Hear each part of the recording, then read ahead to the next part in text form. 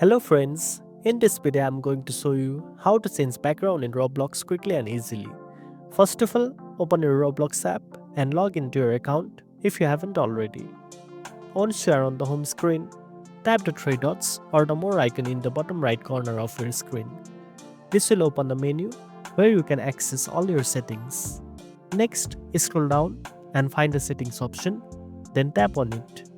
The settings menu will appear where you can customize several features of your account. Now, within this menu, look for account info and tap on it. This will take you to the next set of options that allow you to personalize your Roblox experience. After that, you will see the option of theme. Tap on it and you will see two options, light and dark modes. If you are trying to change your background to a dark look, just tap on dark. The background will instantly change, providing a sleek and more immersive experience. For a brighter, more traditional look, choose light. It will change the background to a light theme that's easier on the eyes in well-lit environments.